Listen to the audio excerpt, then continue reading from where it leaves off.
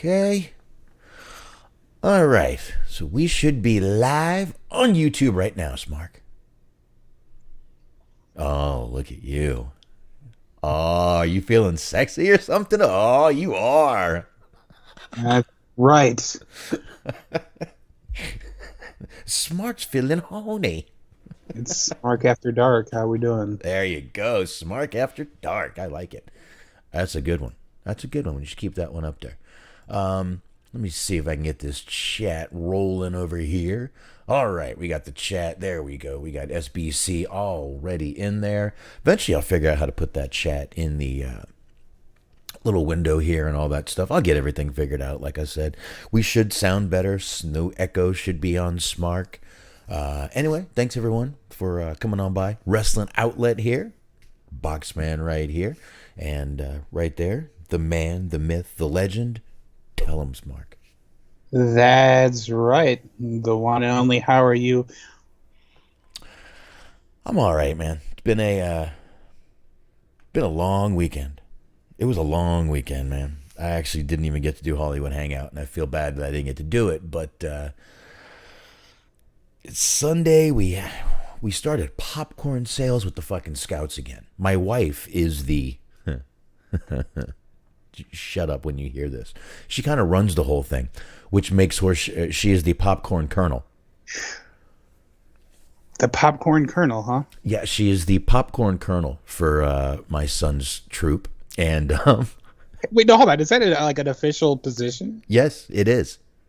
Okay. It is. She actually runs the whole thing within the Scouts, and yes, it's an official position.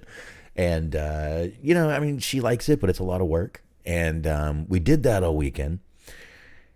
And one of the kids that was with my older son was talking about bearded dragons.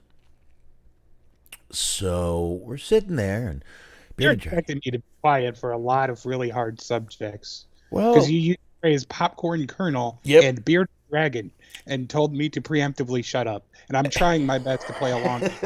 Just let me finish here. And we are now the owner of Squiggles and Sergeant, two bearded dragons. Before I knew it, the Sunday night, it was fucking like 10:30, and we were still putting this fucking a terrarium together for these bearded dragons. And before I knew it, time was gone, and I'm just like, God damn it. But I do have the next few weeks lined up with what I'm doing, so I'll get to that in a little while here. But yeah, it was a interesting weekend, and we now own two bearded dragons, and my wife is still popcorn kernel. And Huh? go ahead, comment all you want. Yeah, that's all I had was a dumb pun. I called her Buddy She Parker. Yeah, so it was just one of those weekends. But the whole thing with the popcorn thing started up this weekend, and I was dropping kids off, bringing kids home, dropping kids back there, bringing kids home, bringing my wife there, bringing her this, going to pick up money because they had too much money. It was a very interesting weekend, and I hope this weekend is not as rough, because it was a rough goddamn weekend, dude. Sounds like it. Now, this popcorn, do you sell it outside of some place, a la how the Girl Scouts would, like cookies outside of, say, a Walmart, or what are we doing with that? Yep. They'll do Walmart this weekend. They were at Tractor Supply. Oh, okay. Yeah, they were down at Tractor Supply, and it was good. They really they did very well in donations, especially. They did great in donations. There's some very rich areas in this area, and boy, did they show it at Tractor Supply. I mean, look at those fucking mowers they sell. They're like fucking $5,000. Mm-hmm. So it's not the shit at Tractor Supply isn't cheap. If you're going there, you're willing to spend some money, and people really. Not a lot of people cared by the popcorn, but a lot of people gave donations. They made like $500 in donations. Very good. Yeah, one guy gave him 100. Another person gave him 90. Another guy gave him like $83, which is, well, this is the change I had out of the 100. So it was pretty good. They did very well. And after all that, we decided to go get bearded dragons, which, by the way, can go run for a couple $100 a piece. I found out. So you spent about the same money that you would on, say, a dog, but just not as much value? Well, my wife had a deal that she had. She had a coupon, she had a deal, and she also walked into someone who told her there was a sale on them. So we ended up getting two for less than $100. But plus, May I ask where one procures a coupon for bearded dragons? at a PetSmart. Huh. At a I Pet- honestly did not know that they had coupons for animals. That seems wild. well, it's like Bed Bath and Beyond, 20% off your purchase. So she had one of those to PetSmart, and they were also having a sale. So, two bearded dragons, like I said, Sergeant and Squiggles. You would think my older kid named his Sergeant, but no, my older one named his Squiggles, and my middle one named his Sergeant, and my daughter wants nothing to do with them unless they're in the tank. I'm not much of a reptile guy either, but what am I going to do? What am I going to do? Yeah, I was never a reptile person. I went to this guy's house. He was a designated. We worked together, and we would all go out drinking on the weekends. And he was like a designated driver. It was me, him, his girlfriend, and a couple of other coworkers. And I stopped at his house, and he had a snake. And he asked me if I wanted to hold it, and I somehow fought my immature urge to make a snake handling joke. But I was like, yeah, sure, guess whatever. But like he could kind of sense the apprehension, and so he just kind of like dropped it. He was like, "Oh, you don't have to." Yeah. But I wasn't like, "Yeah, I'm scared of this snake." I was like, "Yeah, fuck it, I'll do it. I'm a big, strong man." Oh, jeez. Yeah, sorry about that little Skype issue there. Didn't mean to do that. Yeah, man, I'm not a rep. I've said before how much I despise snakes. I really hate snakes. I'm way not a snake guy. I'll kill snakes. I don't like snakes. I'm very deathly afraid of snakes, which is weird. I've always grown up in heavily snake states, Florida, North Carolina, here, and I live near the lake.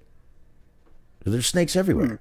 There's snakes everywhere here, all the time, because I live right across from the lake. So I don't know, but they're in a tank, and I told the kids if they get out and you hear shooting, it's Daddy looking for your reptiles. I think if you heard shooting, Daddy found your reptile. I wouldn't do that. I'm not gonna. I might shoot my TV. I don't want to do that. I would never want to shoot my TV. So there you go, right there. But man, it's just been a weird week. I don't know why I decided to tell everyone that, but that was kind of how my whole weekend went and what's been going on. And been fun. It's been a lot of fun. So, anything interesting for you? Over the weekend, not too much happened this weekend.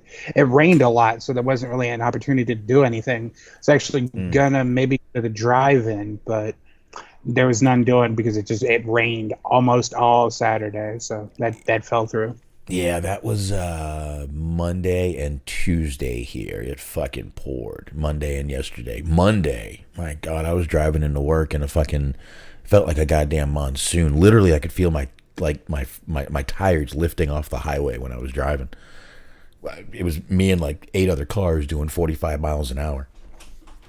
But it was pretty rough. But yeah, we ended up with those storms on Monday and Tuesday. So. My wife, she needed her charger. She needed her phone charger. What are you gonna do? What the fuck are you doing? Anyway, thank God for the blur. Anyway, she'd get mad at me. Anyway, I guess we'll knock out plugs at the end. I didn't even do music or anything. But I guess what we need to get into, first of all, tonight with the AEW, I think we just got more questions and no answers with the whole Punk thing tonight. We'll get into it, but I don't know what the fuck I don't know what the fuck happened. Yeah, it was very confusing. A lot more questions than answers. I mean, I think the match can be kind of explained, but everything else kind of leaves questions. Yeah. Yeah, it really does leave a lot of questions with tonight. And I'll tell you what, and I was actually saying this to Dirk right before we came on. They did a great, if this wasn't like a real thing, they did a great job. It looked like they were fumbling to fill time with those two promos right after that whole match and everything. So I don't know what was going on, or if it was real, if it was fake, if it was storyline, if it's not, but they did a really good job at looking like they were fumbling to fill time as quick as possible with anything they could right after that little thing went down. I don't know if you caught that, but that was like a fucking 3-5 minute match, and then confusion set in with a lot of shit. A lot of shit.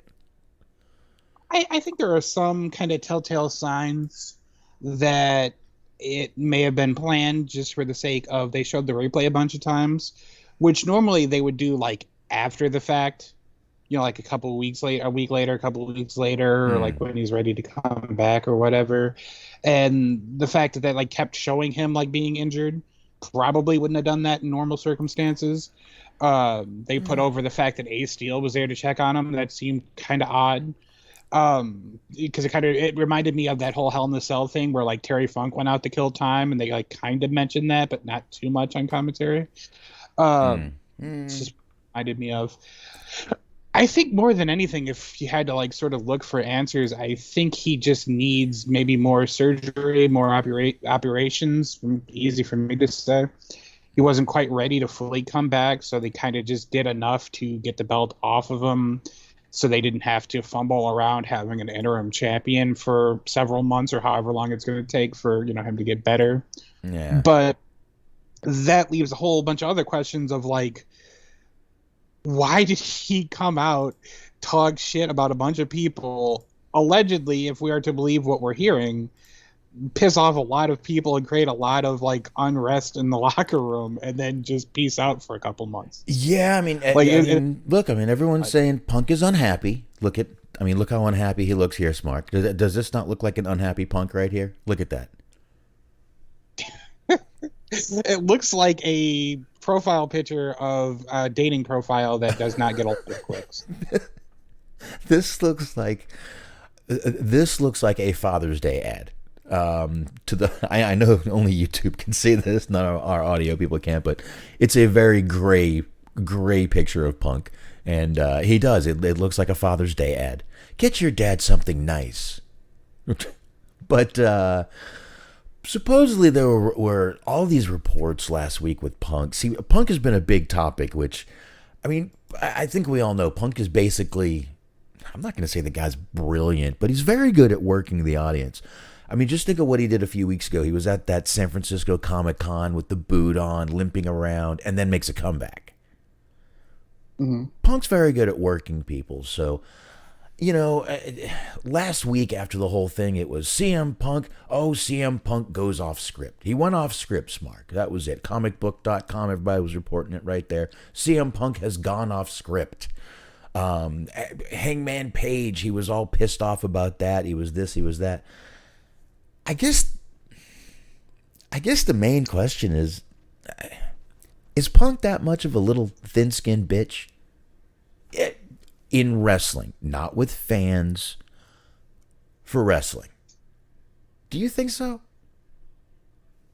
Do I think it was work? Do I think it was a shoot? Like, is that the question? No, I guess that, but I don't think I believe that him and Paige have all this heat, and Punk was pissed off at what Paige said, and all this stuff, and he went off script and went into business for a lot of people use those words. He went into business for himself. the other night. He went into business for himself and called out Adam Page. Wasn't supposed to do that, but he was so pissed off that Adam Page called him out and what he said. You think he's a grudge-holding little prick?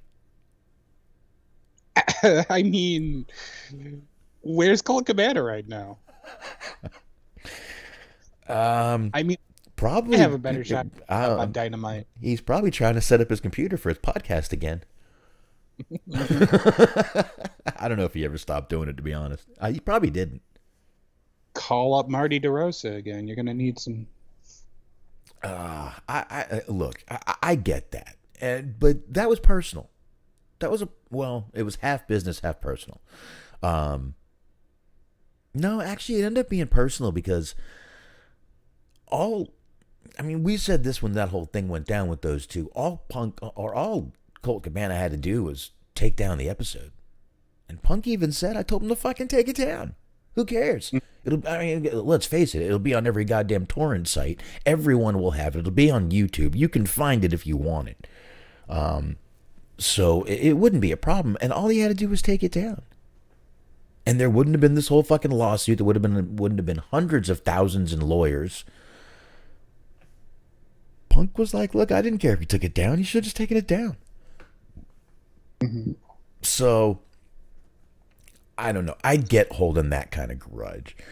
But over something that someone said on television as a character, do you really think that he doesn't understand the wrestling business and that is what it is? I mean, it's hard to say. Like, all of it is so confusing because it made sense at the time. Because, like, when, last week we were under the impression that he was going to be there for a little while. So, like, all right, he comes out, he talks shit about all these people. He sets up a line of challengers. It makes sense. But this week he came out and lost. And, I mean, it seems like he might be gone for a while. So what happens now? You know what I mean? Like I said, we got a lot of questions tonight, but not a lot of answers. So I am just absolutely baffled at what's going on. Like I said, Punk has been in the kind of public spotlight for the past few weeks, the past week, and this isn't going to get him out of it. And but the whole thing with him being pissed off, and then you got Dax out there tweeting little joke tweets. He gave me the old jobber jaw punch, and you can see how unhappy he is. I mean, when AEW starts fucking around with stuff, I start thinking, this is all bullshit anyway. But you never know. Back to, there you go. Back to Gray Dad. He's got some crow's feet too, man. They didn't even Photoshop out the crow's feet in the eyes. Look at that. Mm-hmm. That's pretty rough. But I don't know, man. It's there was Punk is kind of a master manipulator when it comes to this shit. He knows what he's doing. He knows what the crowd likes. He knows how to work the people. I don't know. I don't know if the Dirt Sheets ran with something. I don't know if Meltzer ran with something. I don't know. But like I said, I think if what happened tonight wasn't legit, they made a damn good job at making it look like it with all the bullshit that they shoved in there. Like that fucking Starch promo. Excellent emotional promo. Very emotional promo. But didn't look like it belonged there. The Moxley promo looked like that was just thrown out of fucking nowhere too. I don't know. Right. I don't know, and it just looked weird afterwards. So I could be wrong. Happens all the time. I don't know. There's a lot of, like, I guess, reading between the lines or guessing people's emotions or interpreting their feelings of just question after question. I guess of, like, was Punk actually rubbed the wrong way by something Hangman said? Was Hangman upset about what Punk said last week? Was anybody in the, that he mentioned in the promos upset about what it was that they said? Or they going along with it too? I mean, there's just a lot of questions. I can't find it anymore. Maybe he deleted it, but I got a good laugh out of Eddie Kingston on Twitter. Just wrote, "Yeah, that cunt talked shit about me when I wasn't there." And I was just like, well, he's handling it well. Yeah, he did delete that one pretty fucking quick. I wonder why. That's a brand response. I think Tony Khan might have went, there's certain language you just can't use, Mr. Kingston. And that is I was one more of them. surprised by the how long it took for him to say that, and not that he did say that. Yeah. Yeah, he definitely got rid of that one pretty quick though, which didn't surprise me too much. So, but I don't know, man. Like I said, between tonight and last week and everything going on with Punk, this just baffled me even more. I think tonight everybody was just sitting there going, "Okay, MJF's coming out. MJF's coming out now. All right, MJF's got to be coming out now." Maybe now. And MJF never showed up. Mm-hmm. I don't know, man. But I think a lot of people, though, were expecting MJF. I don't know if you were, but I sure as hell was. That was the rumor. That was the rumor. I mean, there was no rumor he was there. There was nothing like that. But there was at least a rumor, the possibility that MJF comes back. They've got to get MJF back. I mean, All Out, Chicago. But with Moxley winning tonight, I'm even more confused. Even more confused. Go ahead, I'm sorry. I would say seemingly for sure that like Punk's staying there for a little while, because while he was doing his entrance, they showed a little like lower third graphic promoting pre-orders of his 1 year anniversary hockey jersey.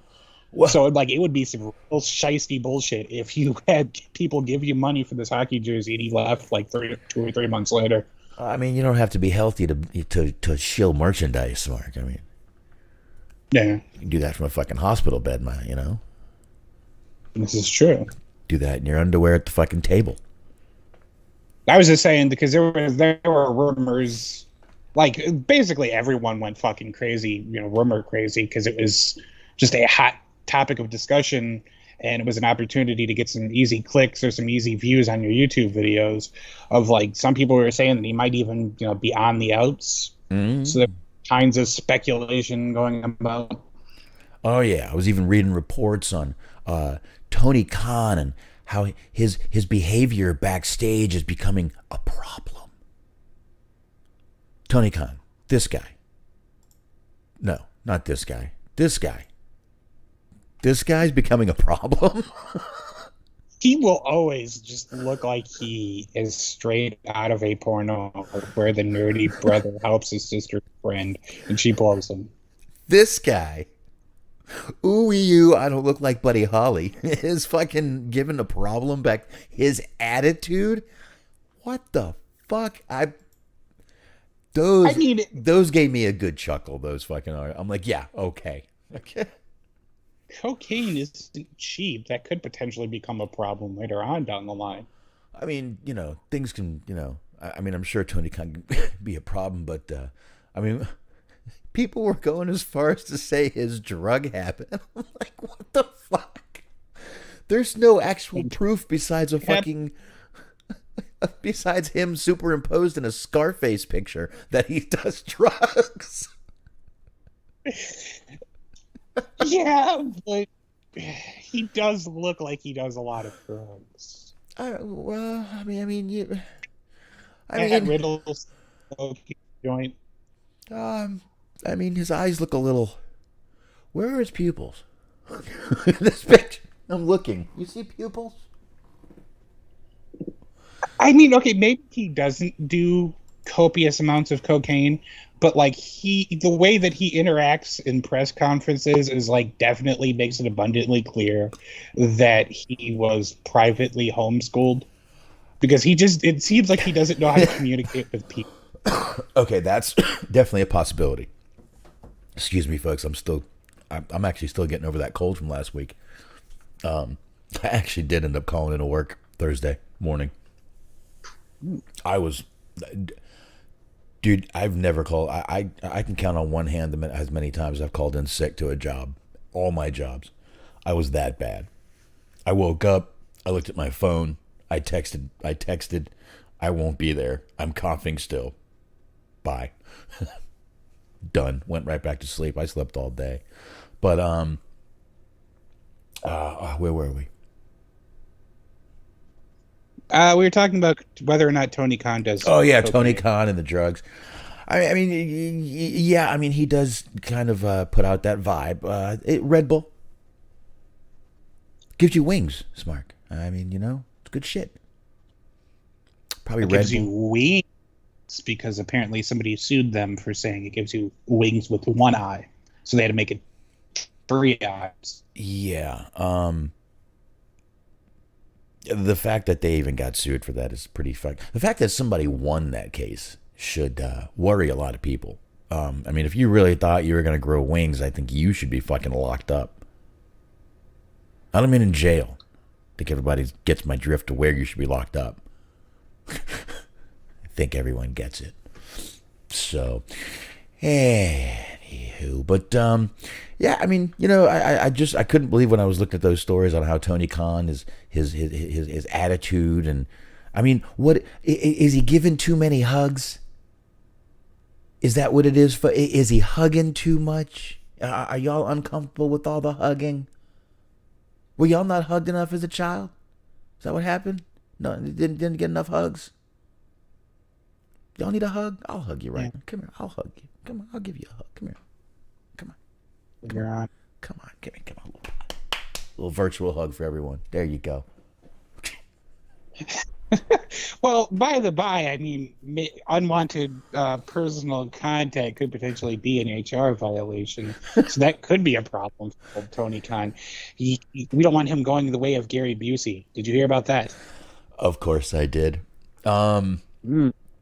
He's denying it. I got a feeling he doesn't remember it. That's just a gut feeling. I feel like he doesn't. It's just a gut feeling I have that he wouldn't remember it anyway. I don't know. I don't know what to think of that. I like Gary Busey. I actually watched Predator 2 over the weekend. Actually, I watched Predator 1 and Predator 2. And then Saturday night, my son sat with me and we watched all 3 Back to the Futures. My middle child just sat there enamored by these movies. He loved them. So we watched all 3. He watched. I figured enough. He'll watch the first one. That's all he really needs to see for now. And then he's like, "Why aren't you putting the second one on?" I'm like, okay. Before I knew it, we were watching the third one, and that was it. He loved them. Anyway, poor Tony Khan. Poor Tony Khan. Yeah, poor. I guess. I mean, he's a billionaire. So I mean. I'm not really sure why I feel bad for the guy. He at the very least can afford to have a cocaine habit, whether he does or not, and that puts him in a better position than I'm in right now. I can't afford a drug addiction. I can barely afford my weed. This economy? You ain't kidding, brother. I mean, I do what I can. But I mean, I just, I don't know. I mean, it would be hilarious, if we find out Tony Khan is like some big drug dealer or something. I don't know, but I just don't think we're going to go and ever find that out. I just think he's kind of a straight-laced, nerdy type guy with a lot of money. I mean, I feel like if he was, he would have a better working relationship with AAA. Definitely, they would. I mean, have much better. AAA, cartel, something. But I mean, this guy definitely looks like he'd be a problem. That's all I'm gonna say. Oh well. All right. Anyway, all right. So as we are rolling along here, I guess you know what I guess since we're talking about Tony Khan, Smark. I guess you can jump right now. I mean, we'll go back and forth between the Punk thing a little bit tonight because we're going to talk about him more during the AEW thing anyway. So, but I guess since we're talking about Tony Khan, I want to talk a little about what you got here. Yeah, that would be a good segue. So it would have been great if I actually had it up on time. I did not, but here we go. Anyways, Tony Khan held a meeting, a talent meeting, before, of all things, before tonight's Dynamite, detailing the new systems and structures recently implemented, as well as recent allegations of contract tampering by WWE. PW Insider reported Tony Khan was, quote, very animated and impassioned. What else is new?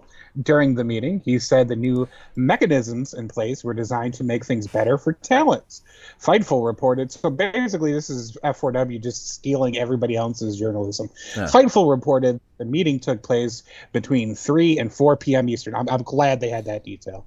Other topics touched on during the meeting included working as a team, the lines of communication, access to Tony Khan, and recent rumors of miscommunication and lack of access to Khan. Khan was reported to have said that the AEW was in an Khan was reported to have said that the AEW fed WWE, and he had put everything into the company to make things better for talents. Regarding recent reports that WWE had contacted someone under AEW contract, Khan said that Chief Legal Officer Maga Parka, that's my guess, you're supposed to say it like that too with the inflection, sent an email to WWE CEOs Stephanie McMahon and Nick Khan right before the talent meeting saying, quote, not to tamper with AEW talent. They're waving their finger, they're shaking their fist. They mean business. Stop tampering with our talent. Fightful reported that Kenny Omega and the Young Bucks were said to have made it clear that their door was always open and could be reached as well. Chris Jericho and Tony Schiavone also spoke at the meeting. Recent promotions and structural changes to AEW made recently include Sanjay Dutt being promoted to Vice President of Production and Creative Coordination, QT Marshall being named Vice President of of Show and Creative Coordination, Buck as Vice President of Talent Development, Tony Schiavone as Senior Producer and Special Advisor to Talent, and Madison Rain was fed a barrel of votes. I'm not sorry, as a coach in AEW's women's division. She's coaching the ladies. So there you go. The AEW is asking them politely to stop trying to tamper with their talent. What do you think is going to come of that? Do you think they're going to listen? That's like poking a bear. Mm-hmm. They probably literally like rolled up that paper and dialed their phone to call a talent with it. They're probably putting notes from other talent on the back of that fucking. It was probably some sort of cease and desist. They're probably taking notes on the back of it right now. They have fucking like Swerve give them the note back that just has a no written on it. Keith Lee. You think Keith Lee is who narked? He's just such an honest person. I think it might have been him. Yes, he politely knocked on Tony Khan's door, and when Tony Khan answered with white powder on his nose, Keith Lee just like put his finger in the air and just said, "Treachery afoot." You knock on the door. This answers. Maybe I'll come back in a little while, sir. I'll be back. Okay. Something is amiss, boss. Yeah, I think I'm bothering you, and you might not remember what I'm saying anyway. I'm out of here. Okay, that's enough of that. Okay. Poor Tony Khan. I'll tell you. I again, as I said last week, I think that this tampering goes on a lot. I think it's been going on since the beginning of time of wrestling contracts. I just think it happens all the time. We don't hear about it because they don't get caught. You know, I'm sure nowhere does it say you can't pick up a phone and have a conversation. Mm-hmm. Everybody knows how to talk in code. Maybe they speak Carney. You know how they all know Carney. Maybe they speak Kizarny. Kizarny. That's right. Sin Bodhi. By the way, have you seen some of the speaking of Sin Bodhi, have you seen some of the action figures he's doing? I have not. What's he up to? Actually, I don't know if he's 3D printing or what he's doing, but he's making action figures, like custom action figures for people. And they're pretty fucking badass. They are pretty Nice. fucking badass. If you check out Wrestling Umbrella, you can actually search his name. He posts his stuff on there a lot.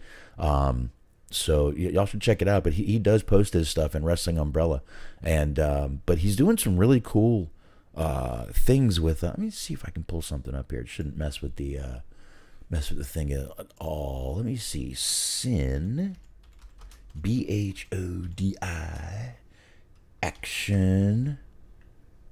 IONFIGURES. Let's see what comes up here.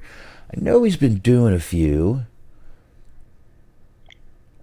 All right. Yeah, sensational custom toys is what he's doing. First Comic News has an article about it. That's the name of the company, Sensational. It's pretty cool. His name is Sin Bodhi. It makes a lot of sense. But he's literally printing these. I can get a quick picture of one of them right here. Give me 1 second. I'll grab one. But yeah, he's actually entering into this little thing right here. This is what he's doing now. Here, I'll pull up this. Here, he's got a demolition one.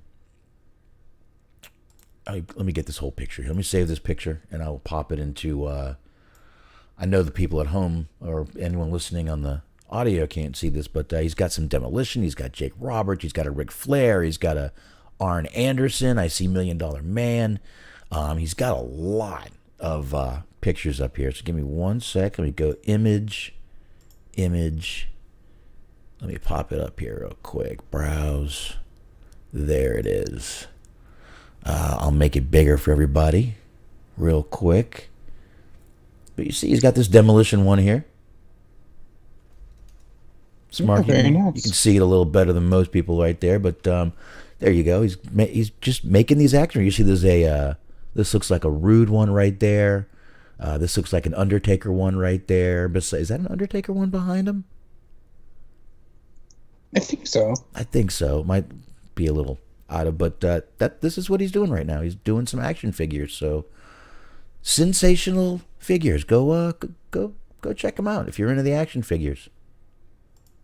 Yeah, I thought I'd pop that up there. You mentioned Kizarny, and I remembered that he posts and was posting about his action figures a few days ago in Wrestling Umbrellas. So I figured I would mention it. Well, there you go. Those are pretty cool. Those are pretty cool, and like I said, I think he's 3D printing them, which means they're not going to be very movable. They're going to be literally they'll be good, solid. Not going to be cheap. Nice and solid and just turgid. I don't know. Be pretty goddamn cool, though, as far as I can see. So, yeah, I'm sure that whole thing with the talent, though, with AEW is going to work out just fine for them. I'm sure that that'll be they'll take that advice wholeheartedly, as they do all advice given to them. Like I said, dude, I think they're poking the bear. I don't know if I would have done that. It just makes me laugh that they basically just politely asked them to stop trying to steal their people. It's like, yeah, that's worked well for everybody else. Like, if Paul Heyman would have just asked politely for them not to poach talent, ECW would have still been around. Yeah, it's like politely asking who gave the gun to the baby. I mean, Jesus Christ. I mean, guys, it is poor form to just keep stealing our talent. Who gave the baby the gun? No, you don't ask that nonchalantly. Like 2 or 3 weeks from now, it's just going to be them just like negotiating. Like, all right, we'll give you private party, but if we could keep Moxley, please. Oh man, I don't know. I mean, like I said, I know it happens. Everybody knows it happens more than we probably want to admit, but I don't know. I don't think I would have poked that bear. I think now they're going to really start trying to go after their fucking talent. Yeah, I would laugh pretty hard if just one of their people showed up like on Raw or SmackDown next week. I don't know. I think number one, when Cody came over, I think that was kind of like okay, this can be done. And then I think when Triple H, took the reins, if you will, of WWE. You do realize that Triple H is running basically WWE and Shawn Michaels is running NXT. Basically, DX is running this corporation right now. Does that scare you a little bit? Well, it's sort of a wonder how things have actually improved now that like a 78-year-old racist, homophobic, dementia patient who's walking around sexually harassing people. Now that he's gone, it's weird how things are looking up for them. I'm not quite sure who you're talking about there. Yeah, you know. Oh, John. Vince. I wasn't sure if you meant Vince or Johnny Ace. Okay. I mean, I don't think Johnny Ace has dementia, but like everything else is probably true. Prove it. Well, Prove it.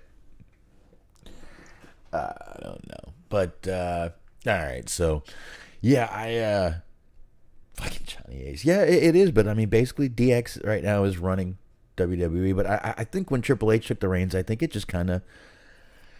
I think he thought everybody was going to want to jump ship and come back, and everybody who wasn't happy has now has a chance to be happy. And I mean, he is definitely bringing people back. I mean, look, brought back Gargano on Raw Monday night. I think everyone knew Gargano was gonna come back to WWE. I'm sure a lot of people wanted him to go to AEW, but he's not needed there. He's really not. Don't they have enough guys his size? Johnny Gargano is awesome. He's great. Very talented and can talk too, which is better. Crowd fucking loved him being back. And I mean, Triple H though definitely bringing people back. I just think that that Triple H thought, look, everybody's gonna want to. I was there again. I hired him. I brought him in. They were my guy. Let's make him my guy again. And you can't do that. You can't do it under contract. You just can't do it. But I mean, we've heard before. Stephanie thinks she's fucking untouchable too when it comes to telling the TV stations and the streaming services, you can't show this show or we're gonna pull this. Mm-hmm. They all think they're untouchable. So you think you're untouchable? That's how that goes. That was an old one. I don't know. I mean, that's the only thing I can think. That's the only thing. Go ahead. I don't know how. Oh, actually, I do know how. But I got on a loop of watching like old commercials, wrestling commercials, or wrestlers on commercials, I guess is a more appropriate term. But somebody edited together a super cut of John Cena rapping about Stacker 2, YJ Stinger specifically, and it's like a 4-minute long. There's like 3 or 4 songs on this compilation of like John Cena rapping about energy drinks, and like the amount of redundancy is actually way less than you think.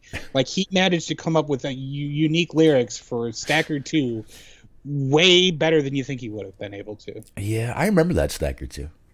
Mm-hmm. I used to take that Stacker 2 shit. That was pretty rough stuff. It really jacked you the fuck up. It really fucking. I mean, that was like taking fucking 2 Vivarin caffeine pills. It was fucking rough.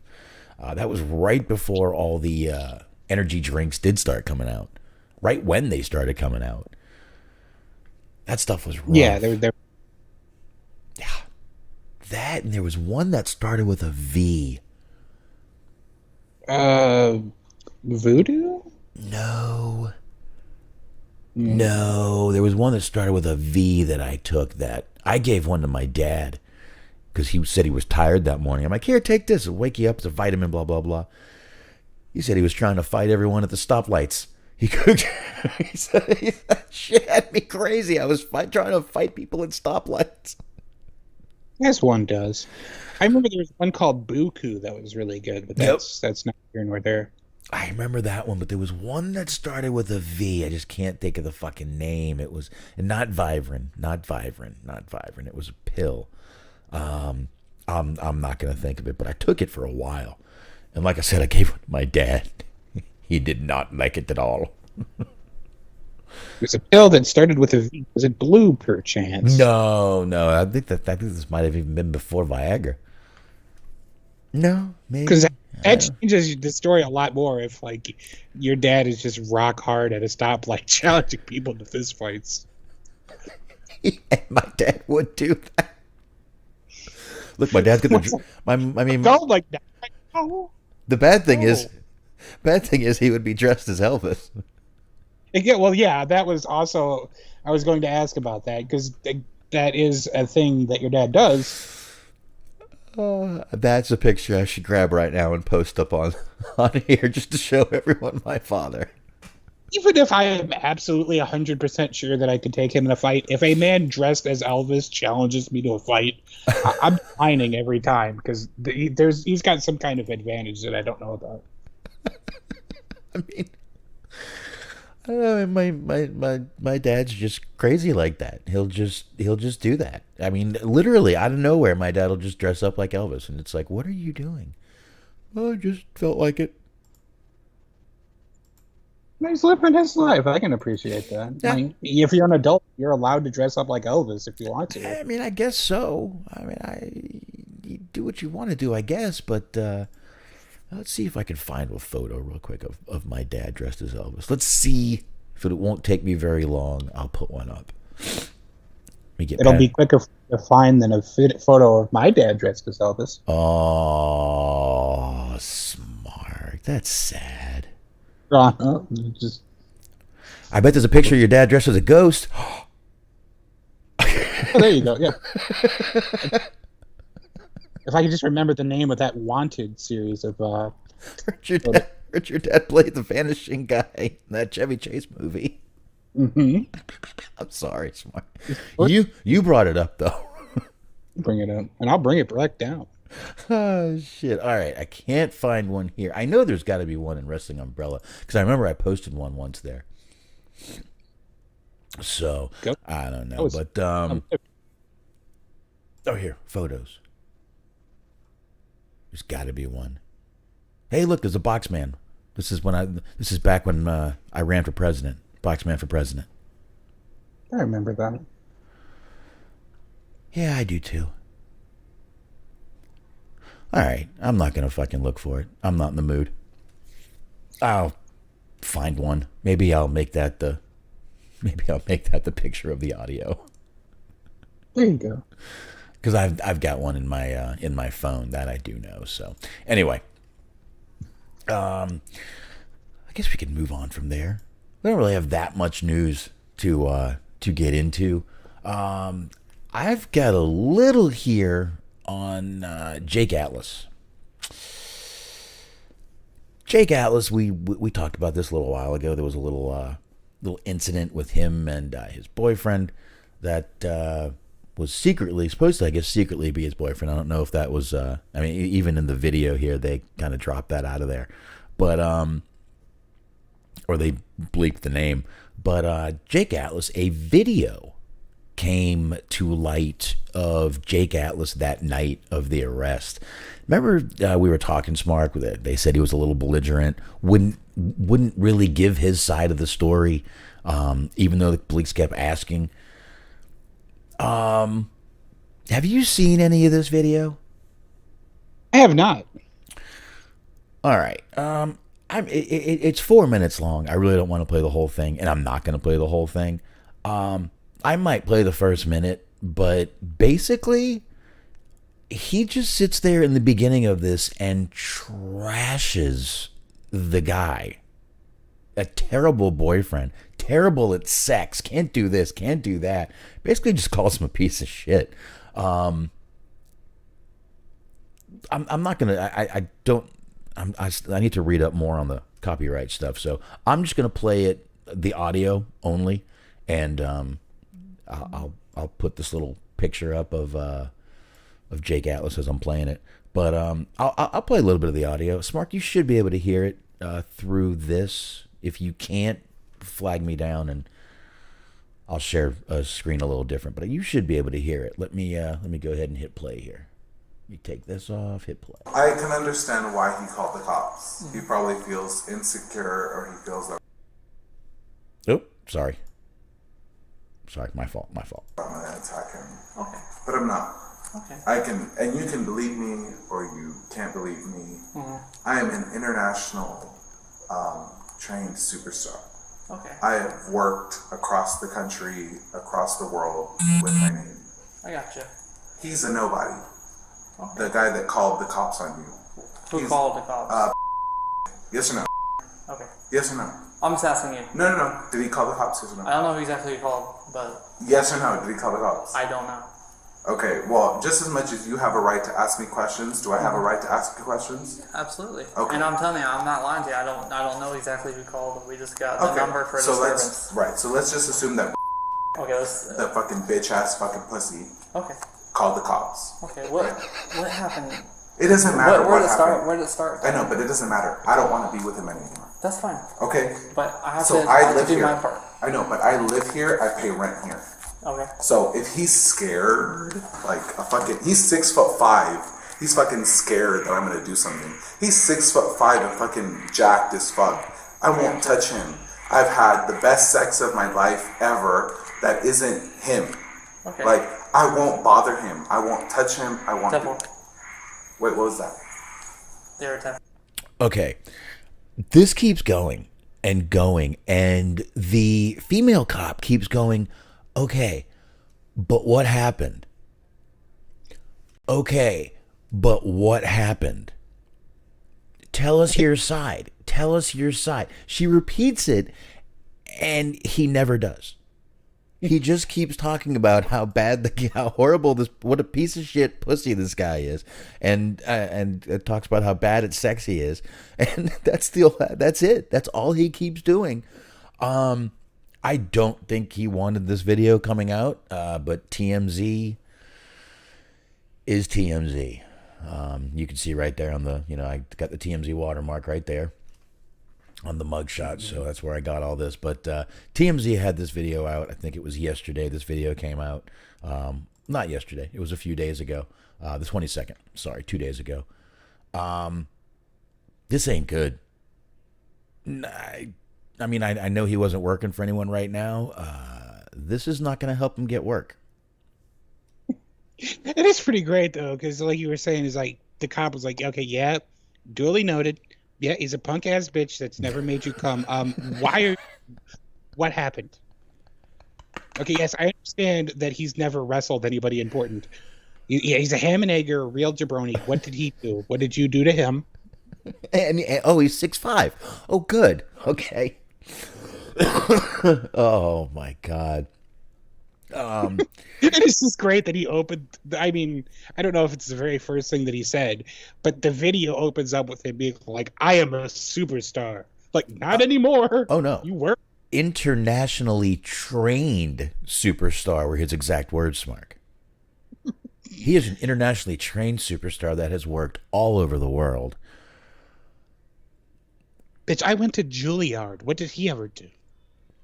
Oh, I don't know. But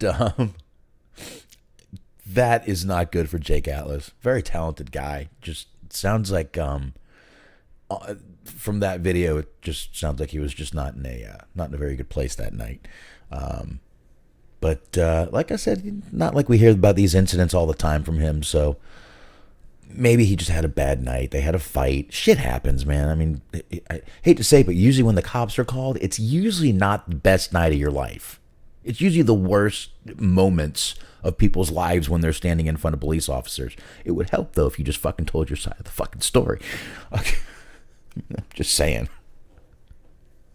Yeah, I mean, it's not a huge deal. Like, he was just drunk, but it's kind of funny. I mean, he was feeling himself. He's like, this guy's a punk ass bitch. I'm the shit. I was on television. He called him a bitch ass pussy.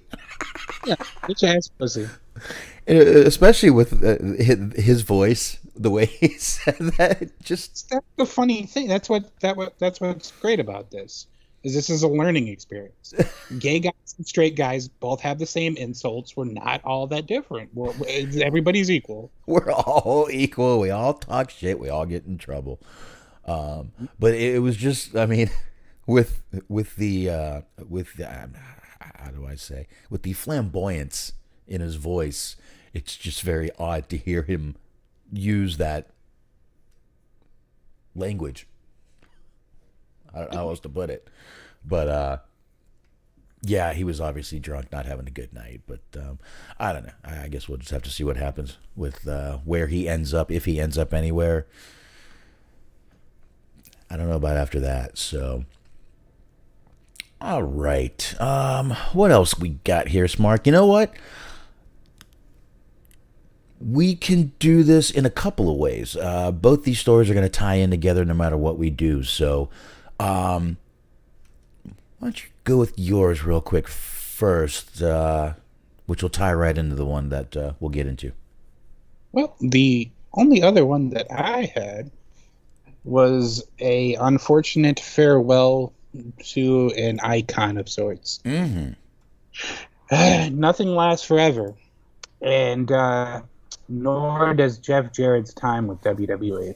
No. Jeff Jarrett is really gone from WWE. I hope everybody was sitting down. PW Insider reported on Sunday afternoon that Jarrett, who held the position of Senior Vice President of Live Events, has departed his position. What the fuck does that even stand for? Anyways, the belief was that he had finished his duties. I hope he won. Though they were not sure on a specific time regarding his departure. Fucking Jarrett 5-year-old. has been in WWE since 2019 for serving as a producer and member of WWE's creative team. After exiting the company during the COVID-19 pandemic, he returned to the company in his current role of this past May. His most recent on-screen appearance was at SummerSlam last month, serving as a referee for the Street Profits vs. Usos match. Jarrett also participated in Ric Flair's last match during SummerSlam weekend, tagging with Jay Lethal in a losing effort against Flair and son-in-law Andrade El Idolo. Earlier this year, he made an appearance at Game Changer Wrestling's first ever pay-per-view, defeating Effie. So yeah, that is important to read all of that because it is necessary to highlight the amount of hustle that this man is getting up to. He did have a good couple months going there for a little while there when he was on a little run there. But there's really no reason. No one is even putting out rumors on what happened, why he's leaving. Just that the job is done. Oh, he's just done. He's done it. He's fulfilled his duties. Go ahead, Smart. It's a delayed response, but I just read that Christopher Kane in the chat said Jake Atlas sounds like the woman in the couple argument, which is very true, but it made me laugh. Well, in those relationships, there usually is one that is more one than the other. Let's just put it that way. Anyway, back to Jeff Jarrett. Like I said, there's really not. They're not saying that much. And but by the way, thanks to the chat for everyone coming on in. I know we're usually on Mixler, but it's still not working on my computer. But I will tell you, Mixler is all over it, dude. Their customer service, their tech support has been. They update me every day on what's going on and how they're trying to fix it. So, but it seems like it's just my computer not letting it connect. So, I don't know.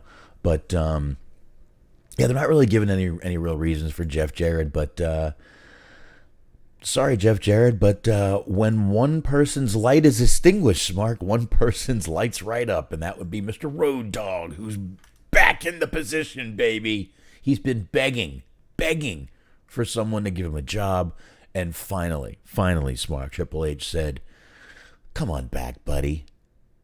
We need more of DX and the New Age Outlaws here to run shit." So that's actually very ironic if you think about it. Like, this is almost sort of storylines taking place in real life.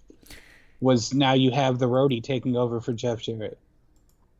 Yeah, it's kind of weird how this is all happening, dude. I mean, Triple H is really just making this his own company. He's bringing in his guys. Mm-hmm. This reminds me of what did they used to call back when the police force Irish welfare. Back in the day, they used to call the police force Irish welfare because basically you would get one Irish guy who would get the this real high-powered job, and then he would bring in all his family and his friends and all the people he wanted, and they used to call the police force Irish welfare back in the 40s and 50s. They'd bring in who they wanted. Well, there you go. They bring in their people, and Road Dogg is back though, man. Like I said, he was begging. First, he was begging Tony Khan, saying, "Oh, I can fix all the mistakes in your company." That's a great way to get hired. That always works, obviously. I mean, but listen, he's back with WWE. It's not surprising with Triple H at the helm now. It's I guess it's a new game now, Smark. Get it? A new game? No. No? No, I don't. Triple H it's is disappointing that it's like, he's the game. oh, all right. Fuck me. God damn, my microphone even fell from that. Let me turn it down. Go ahead, Smark. Yeah, the Lord works in mysterious ways, does he not? I was going to make an equally bad joke about like what would happen if Shane was in charge and you had like the head of creative was Pete Gas. That's where I was going to go with this. So I wasn't going to do any better than what you were doing. I will not mess with Pete Gas. He's awesome. And Joey Abs in charge of NXT. You will not hear me make fun of the Mean Street Posse. I was a fan. I was a fan too. I was a fan, and I can't believe my mic just fell. Sorry about that, everybody. That was basically the other guy, the guy that they brought in last, the third guy, actually wasn't, but the other two actually were Shane McMahon's friends. I do like how they were just like, yeah, like, Dad, my friends need jobs, and lo and behold, they're working for him. I know, man. Trust me, I would love to get some jobs like that. Get some good pay, get a good job going. That'd be great. That would kick ass. But, I mean, Ernest Miller was fucking Eric Bischoff's son's karate instructor. Yeah. I don't remember if it was son or daughter, but like he was a karate instructor for his kid. And then next thing you know, fucking he's got a job. Hey. And he wasn't half bad. Like he wasn't a great technician, but he was entertaining. Oh, he's very entertaining. He was very, very, very, very, very entertaining. I thought he was pretty fun. Mm-hmm. I thought he was a pretty fun character to sit out there with. And yeah, I always like martial arts, so to me it was a great character. The cat. So I guess we can keep with people receiving jobs, Smark, because never worry about AEW not hiring talent. AEW pretty much jumped right in, and they picked up Weston Blake, formerly Wesley Blake. Picked him up. He came out on a little episode of Dark there. You see him right there. And also No Way Jose, or formerly No Way Jose, right there. You see him, who looks a little bigger, size-wise. So there you go. But Blake was released back in 2021.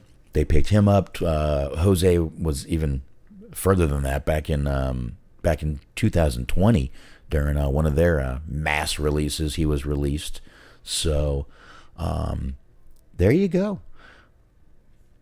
There you go. Tony Khan just picking up everybody. Not quite sure these were the... I mean, if you're looking to move a needle, I don't see either one of these names doing it. Well, I mean, you said that No Way Jose looks bigger. Maybe he's moving a needle. It's not a steroid needle. I can tell you that. Look at that picture. You can see that's not a steroid needle. He's moving. The only needle I see is threading that stuff in his hair. Yeah, but it's harder for me to make fun of fat guys now that I'm turning my camera on. All we do. There you go. All right. So there you go. And I guess, man, this is gonna. We're really rolling through this shit tonight. I thought we had a lot more to talk about. And I guess since we're going with all that stuff right there, another tag team has been repackaged, and that would be the former Bear Country. They came out on an episode of Dark also with a new manager. Here they are right there. What's that guy's name? I forgot. JJ JT Davidson is their new manager. They came out as you see, kind of Bane looking characters. I hate to say this, but this looks very Authors of Pain. If you remember Authors of Pain, but they are now Iron Savages. Iron Savages. I do like the logo. It's got kind of the iron diamond plate print, but I actually liked Bear Country as a better name. These guys looked like Bear Country guys. Now you're just got Iron Savages. What the fuck does that even mean? They're Iron They fucking work at an iron foundry? Factory? What? The original name was Savage Garden, and then it had to be explained to them why that wouldn't work. Maybe we're just tired of the gay jokes with Bear Country. Did we ever make any gay jokes with Bear Country? Surprisingly not. That's shown that we've gotten older and matured. It's shown we don't pay attention as much as we should, I think. But yeah, that was something I just figured I would mention. I don't know why, but there you go. What? Iron Savages. I'm getting used to this team name. I think it's pretty stupid. I think it's a pretty fucking stupid name. Iron Savages. I mean, it is definitely along the lines of, like, if WWE called a team this, we would say that they were ruining them. People were making fun of the vicious Viking Warriors or Viking Raiders. I mean, that's pretty fucking shitty too, but if you're going to make fun of that, you've got to jump right in here with the fucking Iron Savages. I think it's horrible. I've said this multiple times. They don't know how to name tag teams there. Like fucking whatever I can't even remember now. Pride and Power or whatever the fuck. Pride and Powerful, whatever they named Santana and Ortiz, they fucked that one up. Proud and Powerful. I don't like Swerve and Our Glory. That sounds stupid. Mm-mm. Like, they fuck up team names left and right. That's what they do. It's like they're trying to come up with a new fucking Benifer. Stop it. Mm-hmm. Stop that shit already. They should have just called them totally straight chubby guys. You could do that too. Heterosexual males. Los Hetros. Hairy Heteros. Yeah, there you go. The hairy heterosexuals. What? Hairy? You like the hairy heteros? I like hungry heteros. Hungry.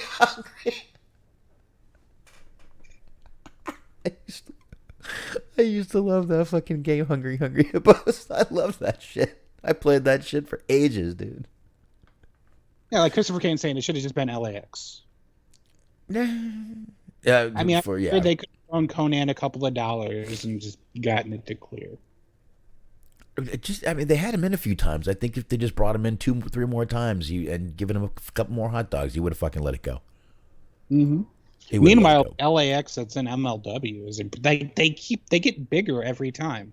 Like the LAX that's in MLW right now, those guys are fucking huge. I haven't seen them, to be honest. They're pretty impressive. I haven't watched a lot of MLW, but what I've seen from them, they're really good. All right. Nice. Smark, I think we're out of news, man. Christopher Kane again is right. They had like an 80s tag team aesthetic to them, Bear Country. That's fine. That's great. I like that. Yeah, I'm saying that it's a detriment. I'm just saying that is their overall aesthetic, yeah. Yeah, it really is. And there wasn't a problem with that. Now they're like I said, it's very Authors of Pain to me. Yeah, it's very generic. That's what it reminds me of. Got my Chewy shirt on here. You like my Chewy shirt? Mm-hmm. Believe it or not, I know you probably can't see this, but I actually have, my wife bought me a Star Wars wedding ring. I don't know if you can see the purple ring around it. And the bottom is actually a lightsaber, which I know you can't see. But this is actually a Star Wars ring, too. showing my nerdiness, I guess. So, all right, I guess from here, I was actually stalling, trying to read, see if we missed anything. Doesn't look like we missed anything worth mentioning. So I guess we can get into AEW, man. Yeah, I guess so. Let's do it. I guess so. We flew through this tonight, man. All right. I don't think I missed a couple of things here and there. Again, my kids are getting to bed and all that stuff while this is all going on. But Jericho, right out for his face-to-face with Daniel Garcia tonight on AEW Dynamite. Did you catch Garcia walk into the ring like he just got sent to the principal's office? Yes. Dude, he had his head down. He's... Oh, man, what am I going to say? What excuse do I have for farting that loud in class? I don't know. I say that because I actually did get kicked out of a class for farting. I did. I got sent to the principal for farting. Never for farting, for pretty much everything else. Well, the teacher threatened to write me up, and I looked right at him and said, exactly how would you write that up? And he said, get out. I said, oh, is that how you'll write that up? He goes, no, I mean it. Get out. So that was 3 days in school suspension for telling the teacher to fuck off. But anyway, that was it. Anyway, Garcia's walking like he just got sent to the fucking principal. Meanwhile, him and Jericho had a great back and forth between the two of them. I kind of like the whole thing with I think we're seeing a little bit of passion out of Daniel Garcia that we haven't seen yet with this stuff going on. So I did like this. We get Bryan Danielson coming out, and the whole time him and Chris Jericho and Garcia are talking, all we're hearing is the crowd chanting, "You're a wrestler." Bryan comes out and says, I agree with this crowd. You are a wrestler. After a while, blah, blah, blah, back and forth. Jericho gets knocked on his ass. And I think Garcia did it. That was one part where my internet went out for a minute and it kind of skipped. Mm-hmm. It was Garcia, right? Yeah, did like Jericho on his ass? Yeah. Yeah.